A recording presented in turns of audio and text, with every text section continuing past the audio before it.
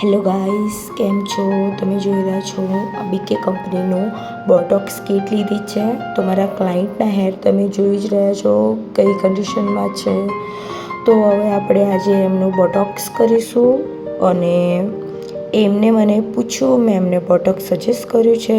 તો મેં આજે બોટોક્સ કીટનું શેમ્પૂ લીધું છે. કેરાફાઇન શેમ્પૂ હોવું જરૂરી છે, બરાબર? કેમ કે તમારા હેર બહુ હેલ્ધી કરવા માટે પહેલાં તમારે કેરાફાઇન શેમ્પૂથી હેર વોશ કરવાના. બોટોક્સ હોય કે કેરાટીન હોય, બરાબર? કેરાફાઇન શેમ્પૂથી તમારા પ્રોપર હેર 3 ટાઈમ યા 2 ટાઈમ તમારે હેર વોશ કરવા મોસ્ટ ઇમ્પોર્ટન્ટ છે. તો તમે જોઈ જ રહ્યા છો, હું શેમ્પૂ એમનું 3 વાર શેમ્પૂ કર્યું છે કેમ કે એમની હેરની કન્ડિશન બહુ ખરાબ હતી. તો આપણે છે ને બધા કહે છે કે કેરાટીનમાં 100% સ્ટ્રેટનિંગ થાય છે.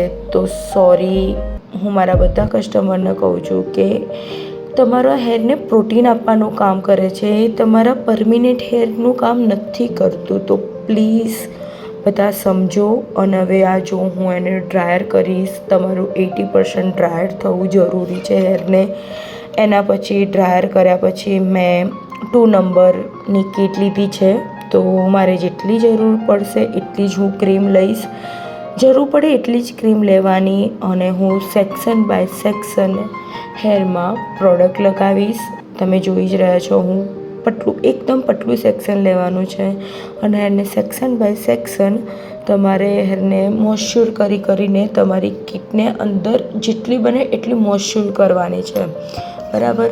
તો 2 નંબર છે ને હેરની કીટ આવે છે. First number shampoo, 2 number keratin યા બોટોક્સની તમે જે બી લો છો કીટ એ. અને અત્યારે આપણે બોટોક્સ કરી રહ્યા છીએ, બરાબર? તો 2 નંબરની બોટોક્સની કીટ છે આ. તો એમાંથી મેં 2 નંબરની ક્રીમ લગાવી છે અને 3 નંબરમાં કન્ડિશનર આવે છે, બરાબર? પણ કન્ડિશનર હાલ નથી કરવાનું આપણે, ઓનલી પહેલાં શેમ્પૂ કરી દેવાનું. શેમ્પૂ 3 ટાઈમ થયા બાદ ક્રીમને પ્રોપર લગાવ્યા પછી મેં છે ને કલાક સુધી એમને કેપ પહેરાવી દીધી. સોરી, હું એનો વિડીયો નથી લઈ શકી.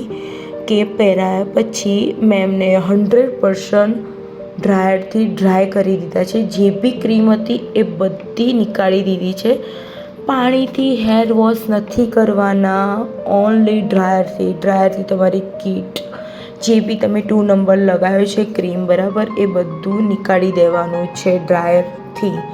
અને નીકાળીને એના પછી બ્લો ડ્રાયર આપણે કરીએ ને એવી રીતે બ્લો ડ્રાયર બી કરવાનું છે. તો પ્લીઝ તમે બધા જે બી કોઈ ક્વેરી હોય તો મને પૂછો.